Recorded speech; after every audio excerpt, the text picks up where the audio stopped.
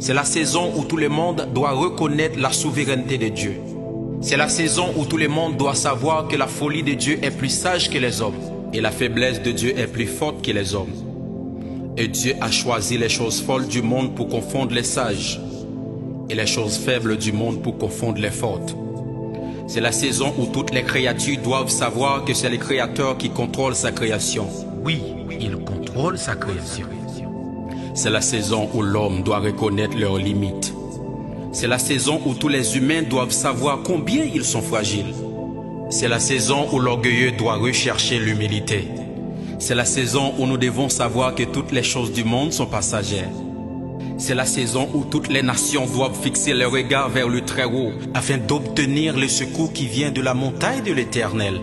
C'est la saison où ceux qui possèdent les richesses de ce monde doivent savoir que la vraie richesse c'est Jésus. C'est la saison où tous les satanistes doivent arrêter et sachez que l'Éternel est Dieu et c'est lui qui domine sur les nations. C'est la saison que l'humanité doit savoir que c'est l'Éternel qui guérit toutes les maladies.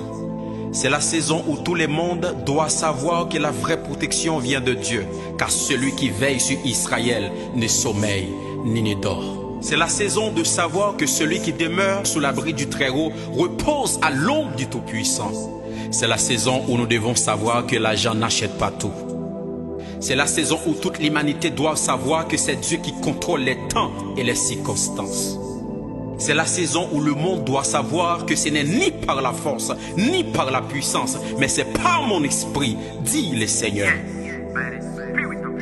C'est la saison où nous devons savoir que si l'Éternel ne garde pas le pays, ceux qui le gardent, gardent en vain.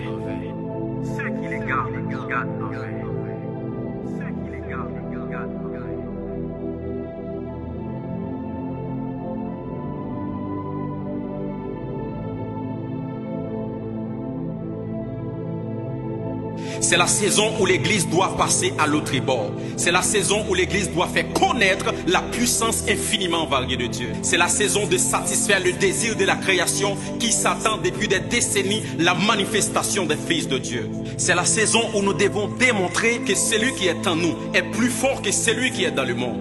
C'est la saison que l'Église doit réveiller enfin du sommeil. C'est la saison où nous devons bannir la religion et laisser le Saint-Esprit agir au milieu de nous.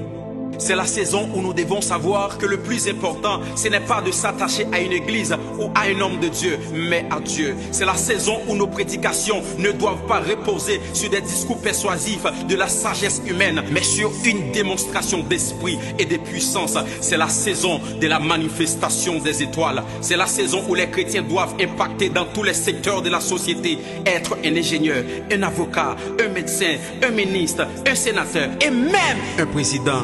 C'est la saison où nous devons suivre la nuée et de rester là où elle est.